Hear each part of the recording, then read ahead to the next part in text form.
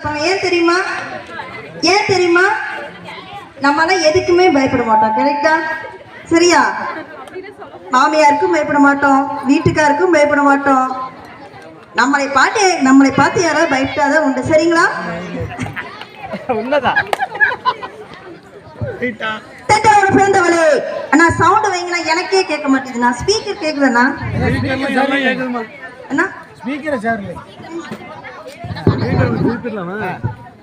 தென்றலோடு பிறந்தவளே, தென்மதுரை அடைந்தவளே, காலவனம் காற்றாற்றில் கரையேறி வந்தவளே, உயரத்தில் மாலையிட்டு மெய்யெழுத்தில் புகுந்தவளே, வல்லினத்தில் உரமேற்றி வாழ் கொடுத்த தன்மகளே, இடையரமாய் நிற்கின்ற பல பேரை படையினமாய் மாற்றி என் போன்றோரை பேசவும் வைத்த பைந்தமிழே, உன்னை முதலில் வணங்குகின்றேன். அன்னை தமிழுக்கு முதல் வணக்கம், அன்பு ரசிக பெருமக்களுக்கு அடுத்த வணக்கம். நல்ல கை தட்டுங்களேன். சாப்பிட்டு வந்தீங்க, நேற்று பிடிச்சி பொங்கலா தின்னு போட்டு வந்து உட்காந்து என்னதான் பிரச்சனை? நல்லா கை தட்டுங்க, அப்பதான் ஜீரணமாக நைட்டு போய் நல்ல பிரியாணியா செஞ்சு 4 இட்லி சேர்த்து சாப்பிடலாம். நீ அப்படி சொல்லக்கூடாது. யாரார் கை தட்டலாம் அவங்களுக்கு கூட சக்கரை வியாதியே வராது. சொல்லி பாருங்க, சொல்லி பாருங்க. கை தட்டலாம். முக்காவாசி நம்ம ஊர்ல எல்லாம் பாத்தீங்கன்னா வேலைக்கு போற ஆளுக்கு நைட்டும் பகலும். நம்ம ஊர் மக்களுக்கு அதிகமா சக்கரை வியாதியும் வராது. இல்ல அண்ணா வந்து ரொம்ப அழகா சொல்ல, ஒரு அருமையான சான்ஸ். சக்கரை வியாதி வர வேண்டாம் கை தட்டுங்க. எல்லோருக்கும் நல்லது, நமக்கும் நல்லது, அனைவருக்கும் நல்லது. நன்றி மக்களே. காஞ்சிபுரம் பொண்ணுனா பட்டு பட்டு பேசுவா, மணப்பாறை பொண்ணுனா மொறுமொறுன்னு பேசுவா, ராஜபாளைய பொண்ணு ரசிக்க பேசுவா, கோயம்புத்தூர் பொண்ணு கொஞ்சம் பேசுவா, மதுரை பொண்ணு மணக்க பேசுவா, திருநெல்வேலி பொண்ணு இனிக்க பேசுவா, திண்டுக்கல் பொண்ணு பூட்டுன்னு பேசுவா, இந்த திருப்பூர் பொண்ணு சும்மா தகட்டம் பேசுவேன். அவர்களே எதுக்கு இவங்களா கூட்டிட்டு வந்தீங்க? ஊர்ல நல்லவங்களுக்கு கண்ணுக்கு தெரியாதான் நான் கேக்குறேன். சேர் உட்கார சேர் பூரா உட்காந்துட்டு இருக்குதுங்க. இதெல்லாம் எதுக்கு வந்திருக்குன்னு தெரியல. மகராசி வனிதா நல்லா இருக்கியா? அந்த அம்மனி கைராசியான ஆளுங்க. என்னைக்கு மகராசி வீட்டுல காலடி எடுத்து வச்சாலோ அன்னைக்கே மாமியார் அவுட்டு. நான் சொல்ல அந்த அம்மாவே எல்லாம் வரலையும் சொல்லு. நான் ஒண்ணும் பண்ணலீங்க, நான் எல்லாம் பண்றதெல்லாம் பண்ணி போட்டு பொண்ணு தெரியாத பாப்பா மாதிரியே உட்காந்துருக்கு பாரு. அது அந்த அக்கா பல மஞ்சள் புடவை கட்டி இருக்கு பாத்தீங்களா? அந்த அக்கா நல்லா பாத்துக்குங்க. நான் கேட்டேன், அக்கா புடவை நம்மளுக்கு பொம்பளை பார்த்தா புடவைன்னா கேட்கலாமே, எங்க எடுத்தீங்க, எந்த கல்ல எடுத்தீங்க, எவ்வளவு விலைக்கு கேட்கனா மண்டை வெடிச்சிடும். நான் கேட்டேன், அக்கா மஞ்ச புடவை அப்படியே மாரியாத்தா மாதிரியே இருக்கா, அம்புட்டு அழகா இருக்கா, எந்த கடையிலக்கா எடுத்துன்னு கேட்டேன். ஏதாவது தப்பு இருக்கா? அக்கா சொல்லுது, சத்தம் போட்டு கேட்காத மணி, நான் எடுத்து கடைக்காரனுக்கே தெரியாது, தயவுசெய்து சத்தம் போட்டு பேசாதேன்னு சொல்றாங்களே, இவங்க எல்லாம் கூட்டிட்டு வந்திருக்கீங்களே. ஆனா எங்க நடுவர் யார் தெரியுமா? உண்மையாலுமே தங்கமான நடுவருங்க. யாரு என்ன சொல்ல அப்படியே நம்பிடுறாங்க. தள்ளி உட்காருங்க, சேராதீங்க ஃபர்ஸ்ட். ஆமா, ஏன் கொரோனா வந்துச்சு, உலகத்துல எத்தனை பேர் போய் சேர்ந்தாங்க? இதெல்லாம் எப்படிதான் இருக்குதுன்னு எனக்கு தெரியல.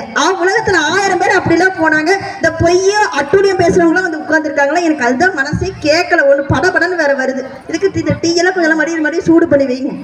படபடன்னு கொஞ்சம் பார்த்து பேசுறவர்களே, கீழே விழுந்துடாதீங்க. சிப்பிக்குள் இருந்தால் தான் முத்து. இந்த ராதாநகர் மக்கள்னாலே சொத்து நடுவர்களே, சொத்து. சரிங்களா? சர்க்கஸ்னா வேஷம். இந்த ராதாநகர் மக்களாவே பாச நடுவர்கள். சரிங்களா? கேட்டுட்டா நாங்க செத்து. அடாடாடா, எங்க சிங்கத்தை கொஞ்சம் முடியாது. இந்த ராதாநகர் ஆண்களை யாரும் மிஞ்சவே முடியாதுங்க. இப்படி போடுங்க. ஆமா, இதுக்கெல்லாம் கை தட்டாம எதுக்கு தட்டுறது? அவங்க கொசு தட்டுறக்கே நேரம் பத்த மாட்டேங்குது, எப்படி கை தட்டுவாங்க? இல்ல உண்மை இல்லைங்களா? இல்லையா? ஏங்க உலகத்திலேயே பெண்கள் தாங்க அழகு. நல்லா கை தட்டுங்க பெண்கள் எல்லாம். உலகத்திலேயே பெண்கள் தாங்க அழகு, ஆண்கள் அதை விட பேரழகு. நான் நல்லா கை தட்டுனா உங்களுக்கு சத்தோட பேசிட்டு இருக்கேன். ஏன்னா நமக்கு தாக்க எல்லா பிரச்சனையும் வேணும். லிப்ஸ்டிக் வேணும், ஹேர் ஸ்டைல் வேணும், மேக்கப் வேணும், ஐப்ரோ எடுக்கணும், பட்டு புடவை, எல்லா கருவும் நமக்கு தான் வேணும். ஆனா ஆண்கள் பாருங்க, சும்மா தலை இப்படி கோதிக்கிட்டு போட்டு தண்ணி தொளிச்சாங்கன்னா அம்புட்டு அழகா அம்புட்டதான் இருப்பாங்க. நம்மளுக்கு தான் அத்தனை பிரச்சனையும். ஆனா இருந்தாலும் எதுக்கு நம்ம அழகா மேக்கப் பண்றோம்? எங்க வீட்டுக்காரர் கேட்டாரு, ஏன் எதுக்குடே இப்படி எப்ப பார்த்தா இந்த பச்சை சேலை, பச்சை வளையல், பச்சை போட்டு எதுக்குதான் பச்சையா கட்டுறேன்னாரு. உங்களை பச்சையாத்த எதுவும் கேட்க முடியல,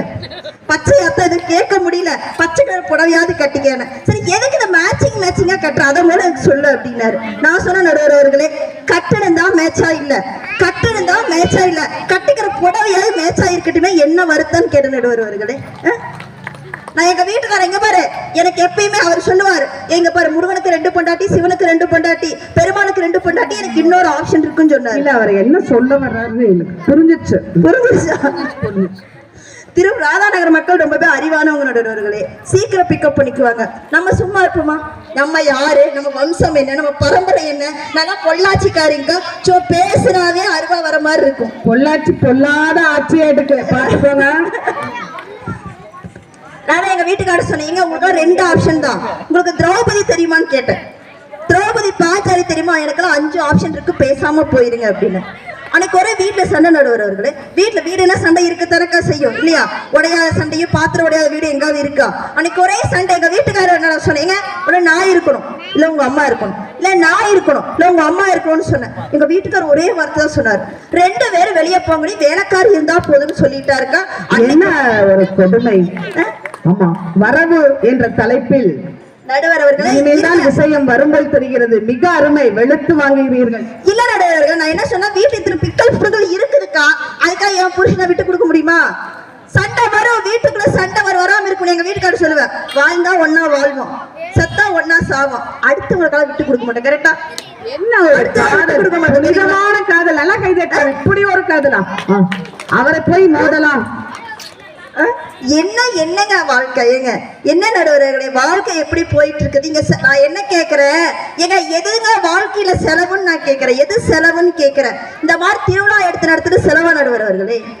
செலவும் இருக்கு, வரவும் இருக்குல்ல. கோயில் கும்பாபிஷேகம் நடத்துறோம், ஏதாவது செலவுன்னு நினைக்கிறோமா? நம்ம வீட்டுக்கு வரவுங்க. ஒரு வீட்டுல குழந்தை பிறக்குது, அது வரவு தானே? குழந்தை பிறந்ததுல இருந்து ஸ்கேன் பண்ண குழந்தையா இருக்கான்னு பழக்கிறதுக்கு 5000 ரூபாய் இன்னைக்கு கேட்கிறோம். நம்ம இதுக்காக புள்ள பெத்துக்காம இருக்கிறோமா?